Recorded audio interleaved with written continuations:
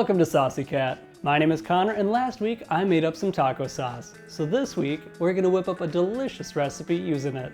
So get ready for a vegan crunch wrap. Let's dive in. Get out a small pot and add in a drained can of chickpeas.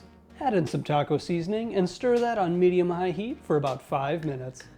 Now prepare some of your favorite taco toppings. I'm using some Roma tomatoes, a yellow onion, and some shredded lettuce. Now comes the fun part. Grab 2 taco shells, one large and one small. In the middle of the large one, add a dollop of guacamole and spread it out so it's about the size of that small shell.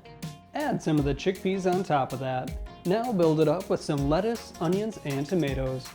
Now of course we can't forget that delicious taco sauce we made last week. Link in the description below. Add the small shell on top and fold the bottom of the large taco straight over it. Now start folding it around the sides, one over the other. Eventually you'll get something that looks like this. Take out a non-stick pan and add in some vegetable oil.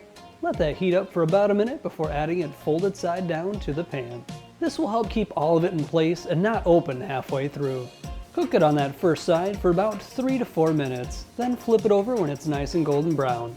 Both sides are a beautiful golden brown, so let's plate this dish.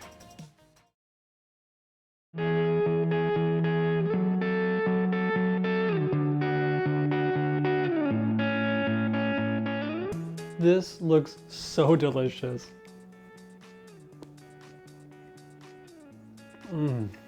We have a delicious crunch from our wrap, all those amazing taco flavors, and a little bit of heat. It is perfect.